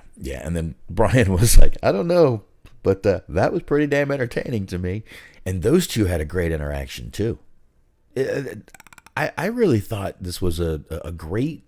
I thought the first hour of AEW was incredibly well put together. And then the CM Punk match came up, and I don't know what happened. I wonder if they're going to have enough restraint. Because if it doesn't seem like he's going to, but if they end up putting Daniel Garcia and Bryan Danielson together, that would literally be Daniel Bryan. Yes, it would. And I think they'll do it.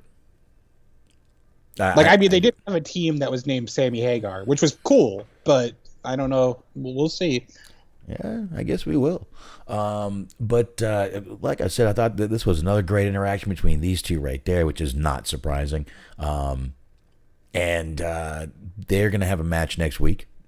And Hager, eventually Jericho was like, you always should watch your back, blah, blah, blah. Next thing you know, Hager takes him out from behind. They basically did this twice. Uh-huh. Of like, you should pay more attention. I also have friends that will attack you from behind. Right. Yeah, and it worked both times. I mean, it did. Now, the MVP of the whole show tonight was the guy in the audience with the twist their cock sign, but it wasn't a cock, it was a rooster, a bedazzled rooster on the sign, Smark. I saw a guy with a weird Al Yankovic t-shirt in the front row. That was pretty cool. Saw that, and also saw a sign asking where Chris Jericho's wife was on January 6th. Which, enough, people. Enough. Doesn't mean she went into the fucking Capitol, my God. Holy shit. People are getting a little crazy with this. But anyway, the guy did have a bedazzled rooster instead of the word cock, which is how it got on television. If you remember the old twist his cock, you ever seen that video? Maybe. I don't remember, honestly. Don't make me play it. Well, I mean, I feel like now you have an obligation. It's not very long. Let me find it. Hold on. The old cock twist. TWIST. I guarantee that'll find it. Oh, the old dick twist. There. It's only 14 seconds. It's only 14 seconds. I can't believe you've never seen this. I wonder, would 14 seconds get me? I'm just going to play the audio. Basically, it's a guy. It looks like they're in a UFC fight, I think. I'm not sure. They may be at a wrestling match, but this gets a little out of hand here. So, all right. Now, I think, hold on a minute. I'm going to have to unmute it because I've got the whole site muted. Unmute. Let me back up the video. Here we go. Grab his dick and twist it! Oh my god, dude, this is an MMA fight, dude. You twist that dick! Twist his dick! Twist his dick! Oh my god. Oh, dick twist! Just imagine you're at a MMA event and the guy behind you is telling the guy to twist his dick. I mean, that seems pretty common at MMA events. Like, especially back in the day when, like, tap out was so prevalent. There was a lot of just, like, closeted homosexuality going on. Just any guy in a fucking, affliction shirt. I miss those. Yeah, I definitely affliction shirts. Yes, I miss those days of just, like, fucking steroided out, like, frat guys in MMA t-shirts getting knocked out on, like, World Star compilation videos. Those were just, it was peak entertainment for me. Sean was asking if we talked about the Punk Moxley thing yet. We'll probably talk about it maybe a little bit more. Yeah. But I was kind of under the impression that maybe he needed more time to recover from injuries. He's saying that he thinks it's an opportunity for Punk to turn heel at the pay-per-view. I don't know if he's going to make it to the pay-per-view, honestly. See, this is where I don't know either. No, see, this is what I meant. There's so many fucking questions. Fuck it. We can jump right down to there and then go back to where we were. But there's so many questions. Was this real? If this is legit, no, he's not going to make it to the fucking pay-per-view. Does he turn heel and show up to the pay-per-view? A lot of people were saying possible, him and MJF, form an alliance together, which I don't see. I just don't see that. I don't think MJF works well with others for too long. And I don't think Punk works well with others for too long either.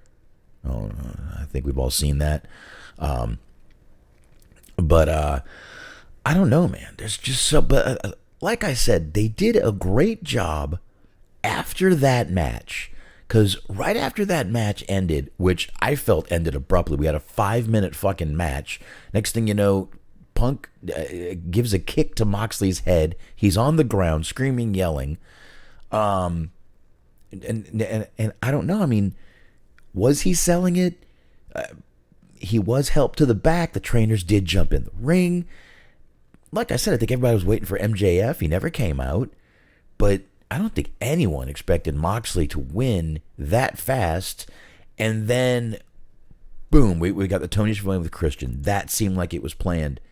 But the Ricky Starks thing and the Moxley thing after did not feel like, they felt like they were thrown in for filler because that match was supposed to go longer. But I don't know. I don't fucking know.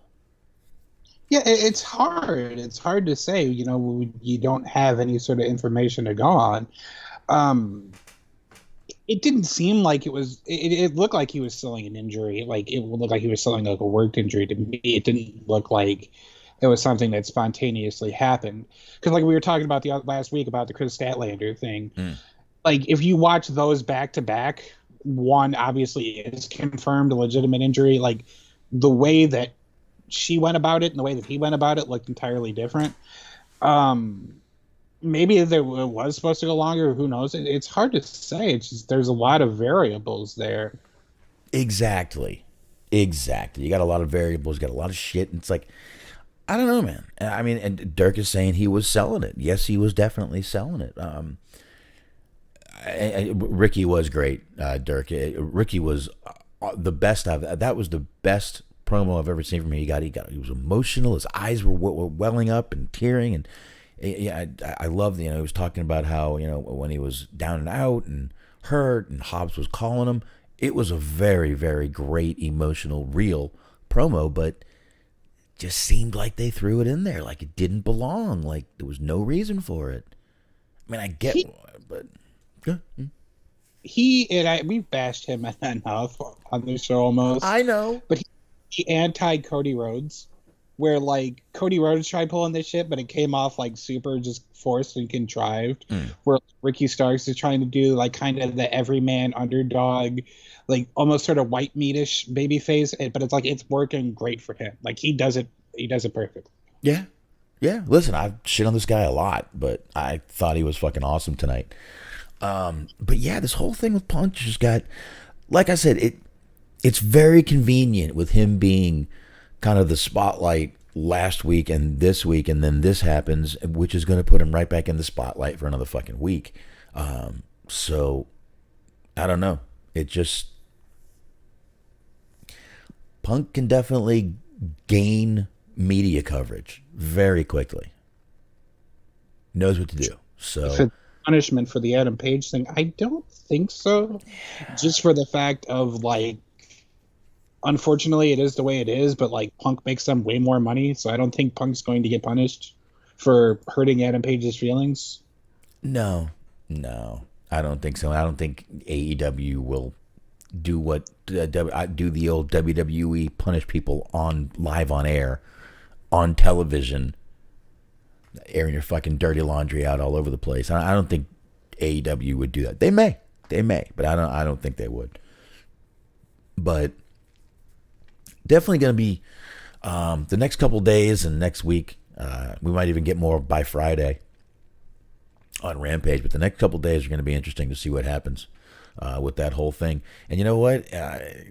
Even if it was real, if it was fake, whatever, it's got people fucking talking again. Yeah, well, I think that was the thing that was like a little bit like, I don't know, maybe he was injured and that was all he could do. But after last week, everybody was talking already. And I feel like a lot of people were very excited about that match because I don't know about you, but I didn't think I had any idea what was going to happen. Like there's a lot of title matches that they put on TV, especially where you have a real good idea of what might happen. It doesn't always, but you have a pretty good baseline of being able to guess what's going to happen. And with this, it was just, I sat there and watched because I had no idea. Because there was a million different rumors and potential things that could have happened that, didn't happen, but there's the potential for a lot of things to happen. So you're just kind of waiting to see how it played out. And yeah. The end result, I guess, might have been satisfying for some people, but the match itself, I mean, obviously left a lot to be desired. Yeah, it did. But I don't know, man. Like I said, it's gonna be very interesting to see what happens in the next couple of days, couple of weeks, or the next week, to see what goes on, what transpires, and if Punk is hurt, if it was a fake. I don't know, man. The fact that they got everybody questioning means they did their job, in my opinion, either way. So I guess we can roll back now. But I don't know, guys. I'm going to tell you, there's so many questions that can be asked, and right now we've got no answers. We've got none. Just got to wait and see. Dax Harwood, Jay Lethal.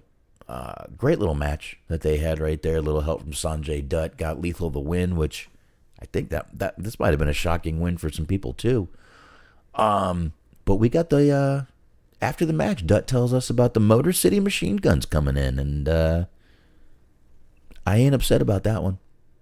Yeah, that's gonna be nice. I haven't seen anything from Saban in a while, but I watched Alex Shelley wrestle a little bit last year, and he's still really good.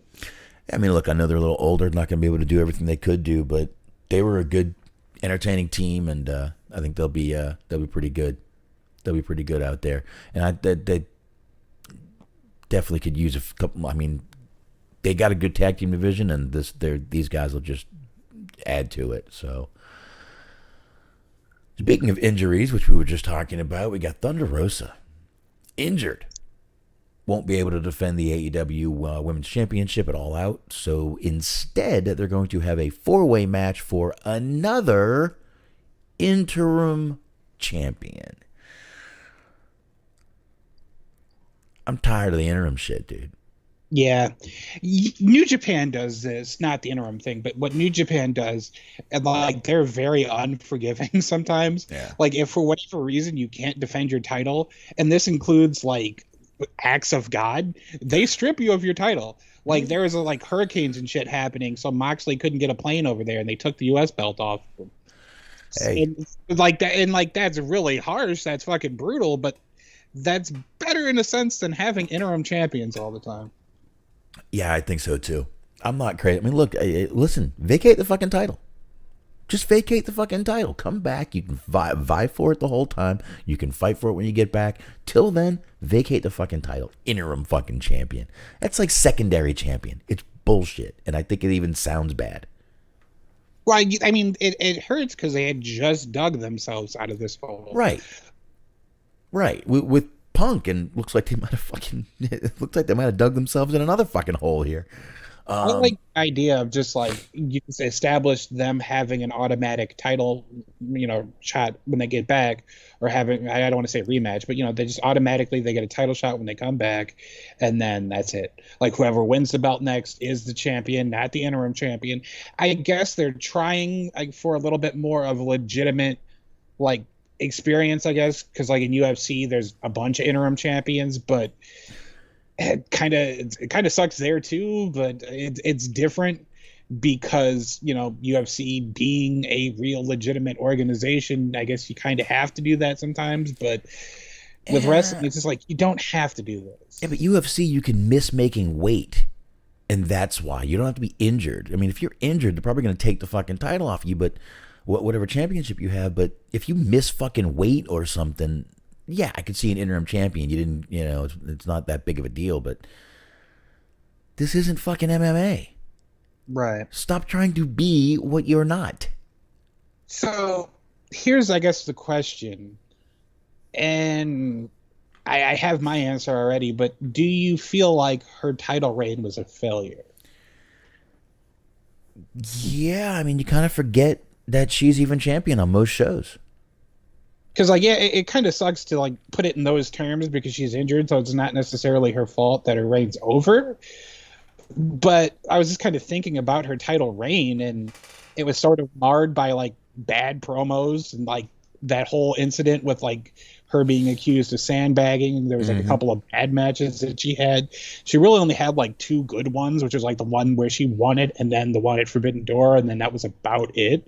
So it was it was sort of plagued with inconsistency and poor performances, and it sucks because I like her and I think she's talented, but it did not go the way I think anybody had hoped for. No, it wasn't a great run.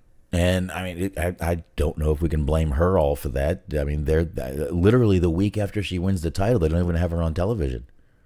Mm-hmm. I mean, when Britt Baker had that title, she was on TV fucking hurt. She was on TV no matter what. She was on television. It didn't matter every fucking week. So I don't know. I mean, I think it was pretty shitty. Again, I'm not blaming her, but they need to do something. And I guess interim champion right now is the way to go. I'm even tired of hearing the fucking words. I'm tired of saying it. Just give me a fucking champion. Vacate the fucking title. Vacate the goddamn title, Thunder Rosa. Just fucking vacate it. Take your time. Get well. And then come back and wrestle for the fucking title. That's it. I think they should have done, actually. And I'm sort of borrowing a little bit of what Sean's suggestion was. But whoever they love doing the rating system. Yeah. Ranking system, rather, not the rating system. Whoever it is that's number one, unless it's her, and then whoever's number two. But you have whoever is number one in the female ranking. Mm-hmm. You have her wrestle against Jade Cargill, and then whoever wins that at All Out, and then whoever wins that gets the women's title. Yeah. I mean, that's or really, wouldn't you just give it to the second person?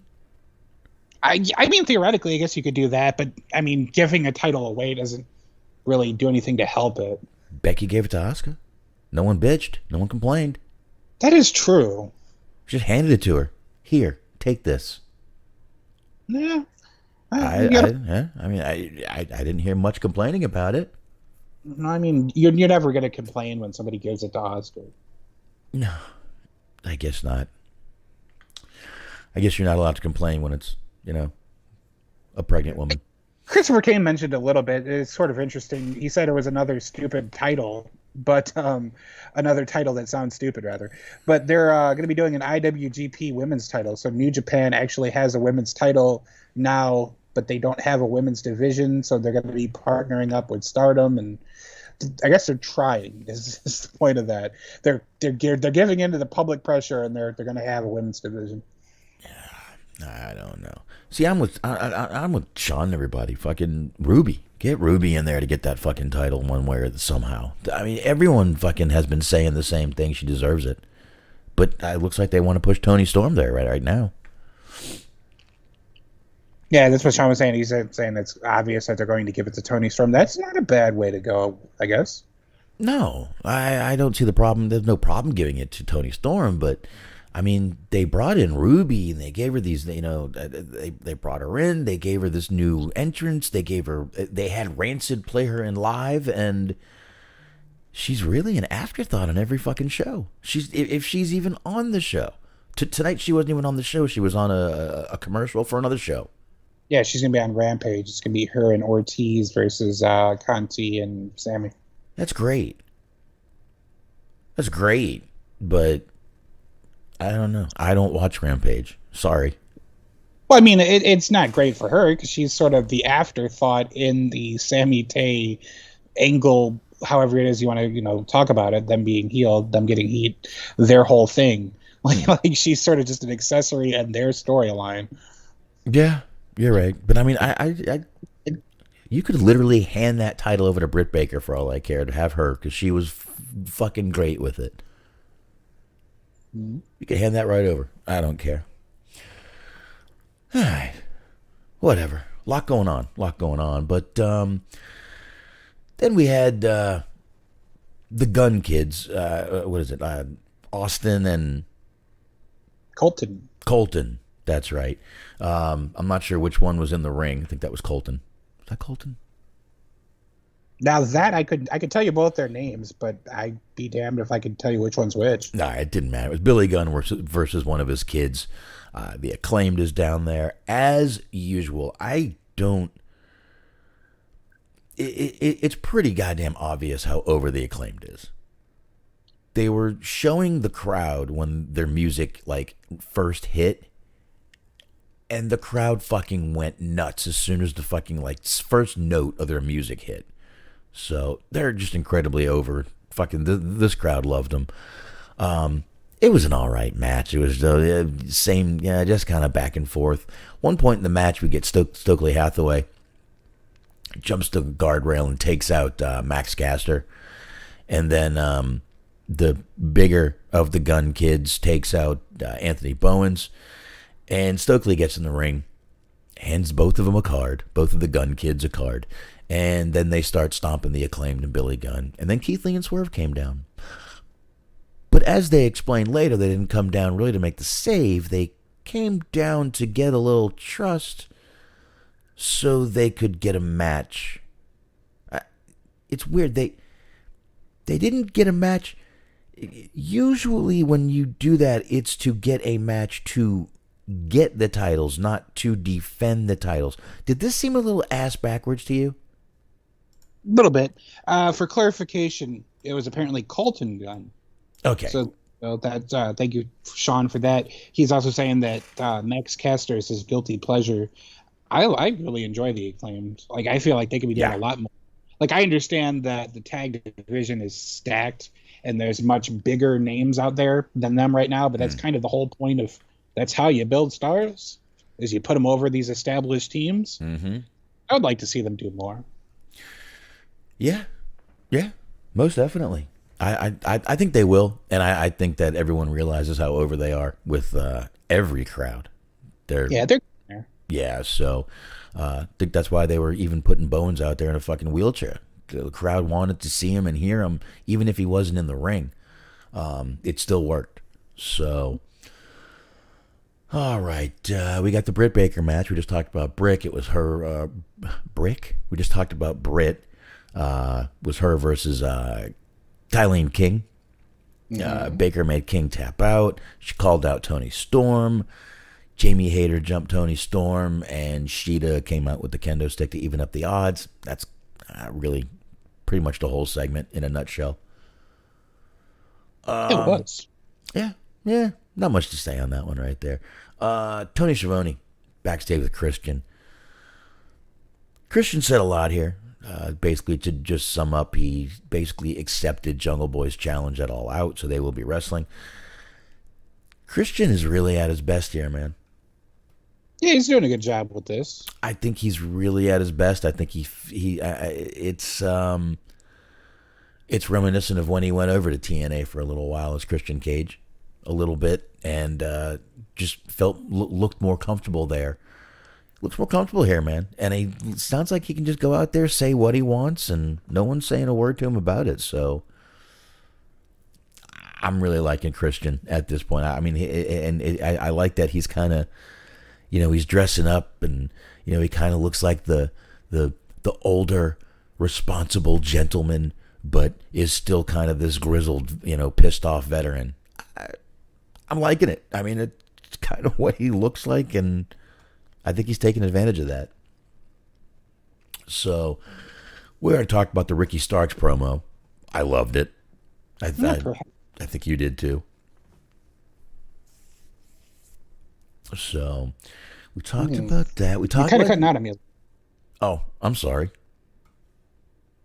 Still, or just a little bit of the robot. Oh. It's getting better. All right. All right, all better now? Mm-hmm.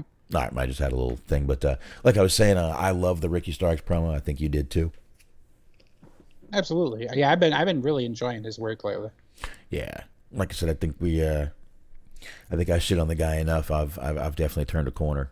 I've put him over enough lately to make up for it. So I mean, really all we got left now is the final match, which was the trios tournament match. It was Death Triangle versus United Empire. I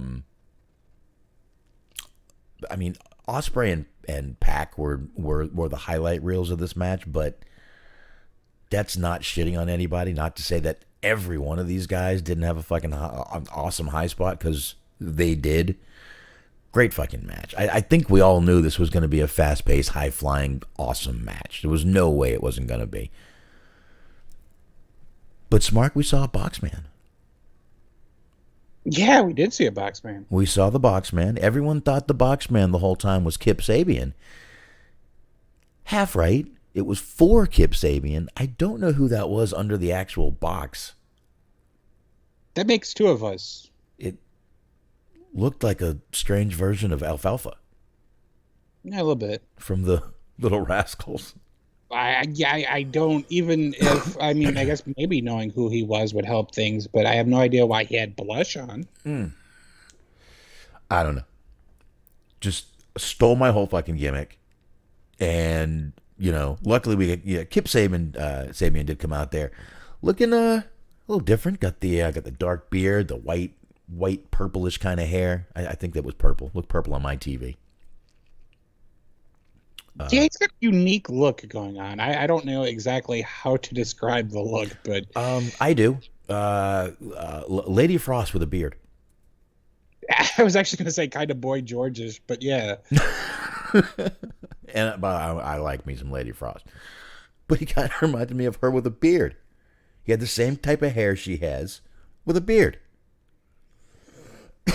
I think she might be bigger than him, though, is the problem. She's bigger than a lot of people. She's fucking jacked, dude.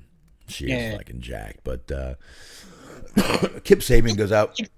But my fucking God, like, I'm making a promise to myself now on that I am not watching any other broadcast than the fight stream, because there were 3 fucking picture-in-picture commercial breaks. And, like, I know we've complained about this ad nauseum at this point, but it was genuinely taking me out of the match because something really cool would happen and I'd get excited, and then I would be getting shouted at about Pizza Hut. And it just like it distracted me, and it sucked because I was super excited for this because as far as I know, I've never seen it. Maybe it's happened before, but Ospreay and Phoenix have never worked together from what I understand. And I would have liked to have seen Ospreay wrestle any three of those guys on their own.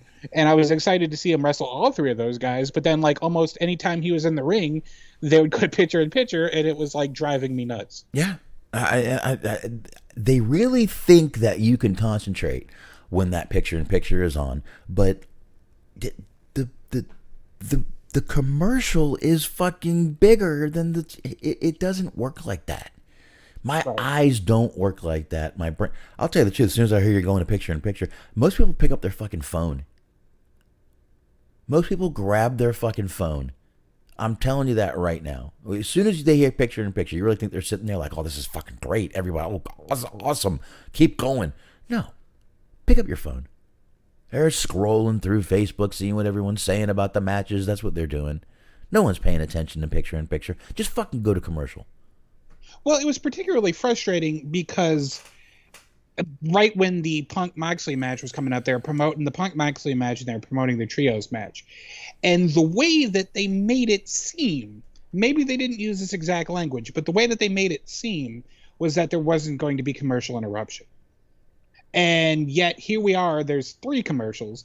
And like you said, I normally tune out whenever it's picture in picture. I just like open up another tab and start watching something else or start looking at something else. I was trying my damnedest to pay attention to this because I was interested in what was going on. But even so, it was extremely difficult. Like I'm not here to shit on anything that happened during the match because it was a great match and everybody involved is really good.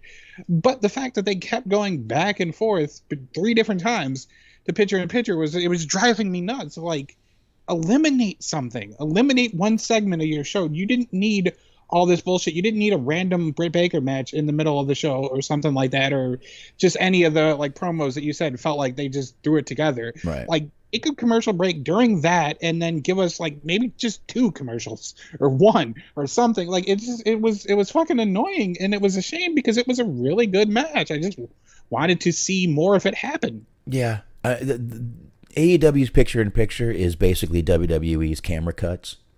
Just one makes you nauseous and one won't give you seizures. Right. Because WWE's camera cuts can give you seizures. Surprise! Yeah, like and picture in picture is bathroom break. There, it looks at some. Look, Dirk saying he fast forwards through the picture in picture.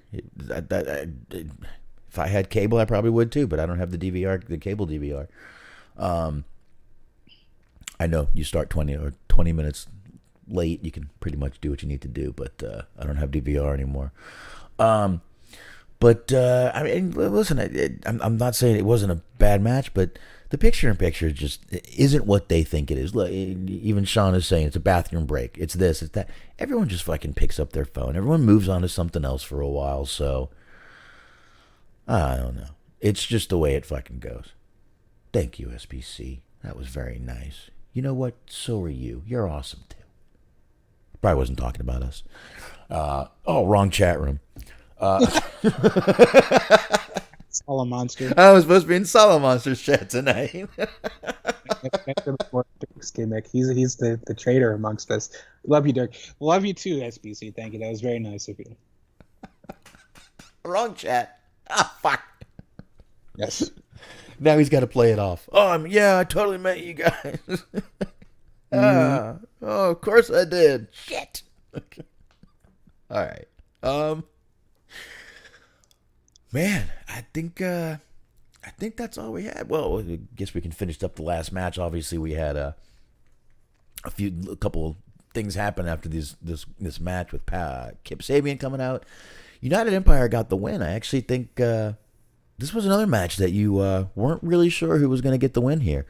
But after the match, you get Omega coming out with the Young Bucks it was basically a stare down. You knew with what time it was, the show was over. there was a lot of it wasn't such a big deal, but there was a lot of shenanigans happening too. Because you had Don Callis on commentary, you had like Best Friends and Boathausen was there, or Dan Houseboat. That's what we were calling him. I called him Boat. Dan Houseboaten. But yeah, you had, like I said, you had Callis on commentary, you had Best Friends, Danhausen out there. You had the run-in with Sabian. There was like so much shit going on. It didn't distract too much from the match, but there was still just, I could see people becoming like overloaded with stimulus. Like there was a lot of shit going on there. But it was still a good match. But then, like you said, you had Omega come out. Kind of seemed like there was debate going on in the chat room as to whether or not Omega and the Bucks by extension were heel or not. They came off kind of heelish in this. You know, that's what we were saying last week. You know, you just had Young Bucks make this sort of babyface turn. They're always the internet troll douches they're kind of made out to be. But I guess they were a little bit heel in this. But United, Empire was also playing heels in this match too. They were definitely working heel in this match. Sure, and I mean in New Japan that they're a heel faction, I guess for the most part. They were talking about the G1 finals that was a little bit more ambiguous, but you had Ospreay be out there just like waving him out there, waving Omega into the ring, come on, that kind of thing, even though he had just wrestled. It was very much a face-ish thing to do. Oh. And then you had like Omega just waving him off, giving him the whole, we'll wrestle you when we want to, or, when it's time, that kind of thing. So it very much read that way after the match. Like you said, they were doing some heel stuff during the match itself, but after the match, it was a little ambiguous, I guess. Yeah, well, gotta blur those lines. Mm-hmm. Yeah. Yeah, you gotta blur the fucking lines, I guess. It's just the only way it's kind of what they're all about. And, Bucks have always done that. They're, even when they're baby faces, they're still douchebag baby faces. Yeah. So it's, faces. I don't even know if that's intentional. It's what they, dude. It's like when Stone Cold was a babyface, he was still a dick. When the Rock was a babyface, he was still a dick. When Sami Zayn, and it's funny, when Sami Zayn turned heel, he was kind of a babyface asshole for a little while there. He not that he got better, he just evolved into more of a dick as it went. But yeah, it's just the Bucks know what they seem like, and I think they just play into it as they should. It's done them well for very long. If it ain't broke, don't fix it. If it's making you money and it keeps making you money, keep doing it. I wish there wasn't so many people that were doing the wink wink nudge nudge fourth wall breaking shit, but I mean they've been doing it for years now, damn near a decade or so. So I guess I can't complain too much about them doing it. Yeah, and like I said, their main, the only thing I don't like, it seems like everything, like in the back of their mind, all they're thinking is, what's Cornette going to say? What's Cornette going to say about this? What's Cornette going to think about this? That's really what I feel. And I think that's a little obsessive, a little compulsive. I think they need to back off that a little bit. Who gives a fuck? Jim Cornette's a fucking... I wouldn't give a shit. Jim Cornette's a fucking old, out of touch. He's Vince McMahon, basically, a little younger. Yeah. I mean, look, Cornette's been around. He's very smart. He had been around the wrestling business for ages. Has information none of us would. He's probably forgotten more about this business than a lot of people. But he's still old, out of touch, and wants things old school, which is, I get it. But we're not in old school anymore. It's called old school for a reason. It's old. You don't have to like it. I don't have to like it. But it's going to move on with or without you. That's right. Yeah. See, Sean, I'm not saying I disagree with what Cornette says. Cornette is right a lot of the times. When he's wrong, he's really fucking wrong, though. But he won't tell you when he's wrong. But I get it. I get Jim Cornette wants wrestling to be what it was. A lot of people do. It's not going to be. Listen, I want movies to be what they fucking were before, back in the 80s and 90s. It's not going to happen. It's just not going to happen. The people that I liked back then are old now. They can't do what they could back then. Stallone can't fucking be Rocky anymore. It just can't happen. The guy's 70, just turned 70 today, I think. Or a few days ago, he turned 76, I think. I'm not really a Cornette fan. I think just for the matter of, like you said, he is knowledgeable. He has a great memory. He has a long-standing tradition. You know, he knows a lot about the history of wrestling, and he was there for a lot of the history of wrestling. But I just kind of hate a lot of like what he says is like sort of an absolutist way of looking at things. It is. Where, like, I don't like this because it doesn't align with my sensibility. It's I don't like this and no one should because it's fucking stupid. Like, I don't like that sort of mind state. Because, like, there's a lot of things that I come on here and I say that I like that other people, like, I'm reading in the chat, will be like, this fucking sucks. Why do you like this? And it's like, I don't know. I like it. Like, I'm not forcing anyone else to like it, you know, but that's just, it's more so of just, like, his absolutist way of looking at things. And some of the more zealot type of fans that he has. Not everybody that is, you know, likes what he says or agrees with him is zealous, but there are definitely people, and is the case with anybody who talks about wrestling, you know, the Paul Heymans of the world and, you know, people like that. Vince Russo had his own fucking, you know, dedicated hardcore fans, of which we knew a few, but like, you know, just anybody who talks about wrestling has these diehard fans that just like come out and parrot everything that they say. And that's not what everybody who likes Cornette does, obviously. But there are some who just, everything he says is the gospel, and then they just go around any sort of, you know, platform where they can speak their mind and just copy and paste everything he says. And that creates its own set of problems, but it is what it is. The guy's got the big following. He does. He has a big, and I mean, he calls his, you know, fans the cult of Cornette. I'm sorry, but you're not going to get very reputable people joining anything with a cult in it. But it's you know, that's kind of why he's not great for this, because his fans listen to him and that's what they think. You shouldn't like it at all, and anyone who likes it is just who just likes garbage wrestling, and as Sean just said, Trampoline Cowboys. I think Sean might have just named the show Trampoline Cowboys. I like that one. Trampoline Cowboys. It sounds like it would be like sort of, oh my god, like a Primus song. Oh, there you go. And Sean saying that we're way off. I never said that like Cornette was wrong. I just said that he expresses things from his standpoint, but he does so in a way that kind of makes you believe that he thinks everybody should feel the way that he does. Like, there's nothing wrong with liking traditional wrestling, not liking high-flying wrestling or hardcore wrestling or whatever. Like, there are so many different genres of wrestling within, you know, the wrestling as a whole.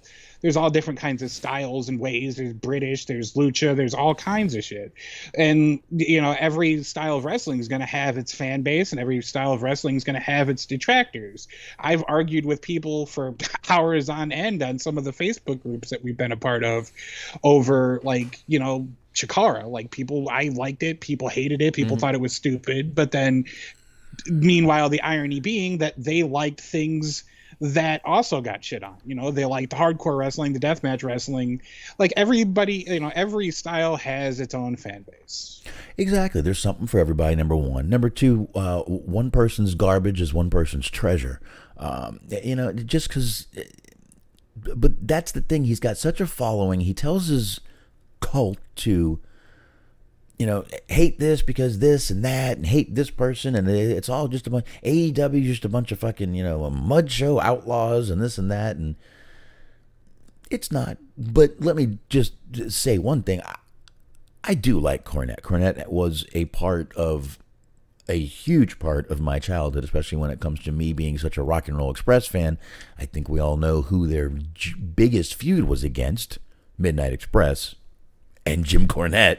So I am a Cornette fan. I just think, you know, we've used the word absolutist and traditionalist a couple times. That's what he is. There's no problem with that. Nothing at all. Listen, I agree with him on Joey Janela and Joey Ryan. I've actually shit on both those guys. Wrestling sex dolls. Yes, that's Kenny Omega, which I know he's not a fan of Omega. I get who he's not a fan of. I get it. I understand it. But you also got to understand some people love it. And he just doesn't seem to want anyone to like it that listens to him. If you listen to me, you can't like that. Yeah, I just don't think you need to make people choose like that. But listen, you like Cornette, that's fine. That ain't no problem at all. Like I said, I fucking love the guy. I fucking love Cornette. And you know what? Some of what he says is just to get out there and get people talking, and it does. And he's got a great following, so good on him, man. Oh yeah, I mean, yeah. Well, some of it is a shtick, or maybe not even that, but some of it is definitely sensationalized. Like, he has a great mind for, what it is that's going to get people talking and what it is that's going to get people to listen or to watch, the clips online or whatever of his show. Like, he does really well. He knows what he's doing. He's got a good business mind. I just don't necessarily agree with his perspective on certain things. No. And you don't have to. So, well, on that note, I think we're fucking done, man. I think we got everything wrapped up here. Once again, chat room. Appreciate you guys coming in. Like I said, I know we're usually in Mixler, just haven't had the Mixler working.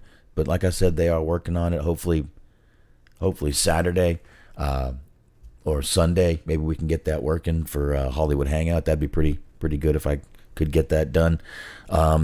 Again, sorry for not doing Hollywood Hangout, but I do have the next 5 weeks laid out for Hollywood Hangout if y'all want to hear it real quick. This week, Beyond the Law, 1993, Charlie Sheen, Michael Madsen. It's a true story. Y'all are going to like it. Spawn, next. Billionaires Boys Club. Not the 2018 movie. I'm going back to 1987. The TV movie with Judd Nelson, Ron Silver. I'm going to do that one. Hackers will be September 17th because Hackers came out on September 15th, 1995. So September 15th, my son's birthday, is Hackers Day. So 2 days later, I'll do that. And then after that, I'm going to knock out Rounders. Matt Damon, Ed Norton. Great fucking movie, all about poker. Poker in the front, liquor in the rear? There you go. That's the way to do it, my man. But did you see Spawn 2, by the way? Or was that... Did I mishear you? Spawn, yep. Very good. Yeah, Spawn's going to be next week. And yeah, I've actually been working on all of them. So if I am doing them on YouTube, they will be very decent shows because I've been collecting pictures and stuff. So I might just do them on YouTube either way. But Beyond the Law is going to be a good one that Charlie Sheen wants.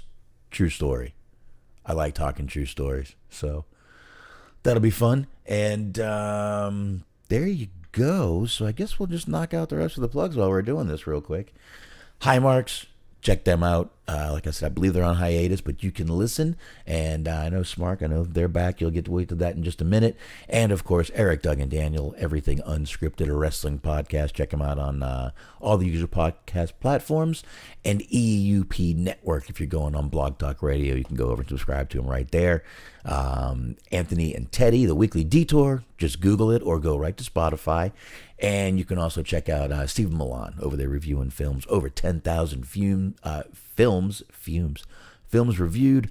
Letterboxd, boxd.com/Stephen Milan, 2 L's in Milan. And there you go. Take it all and Smart. There you go. You got Cheese on Sports. That's on 8:30 every Monday on the Metal Mitt Podcast Network. That is mixler.com/metal/mitt/podcast/network. There's a lot of dashes there, but you'll figure it out. Or you can get it wherever you get your podcasts on the old archives. That's me, that's Luke Birch, that's Cheeseman, G-Wiz, Matt, the whole gang. We're all having a fun time. We're talking UFC, we're talking NFL. The season is about to begin, so you're going to want to join us as we are your guides throughout the season. And your guides for pleasing are Mojo and Dirk with Mojo and Dirk's Most Dastardly Show. Be sure to check them out wherever you get your podcasts. And last but never least, be sure to check out our friends at Planet Rack on Tour. It's the Planet Rack on Tour podcast with Bobby Anthem, with Papa Dave Sincere, who calls me Smirk Whizbang, and I'm not sure why, but you also have Yuck Nasty there. And they have not one, but two seasons of their show, which you can get all episodes of as long as you just go ahead and hit that subscribe button. All right. There you go, everybody. Once again, I'm chat room. Really appreciate you guys coming on in here. I kind of like this setup, so we might be doing this a little more. We'll talk about it, I guess, and figure it out from there. But there you go. As Smark just said, thank everybody for hanging out. Hope to see y'all Sunday night, and that's it. On that note, see ya. Adios. All right. I got to stop the stream now, I guess.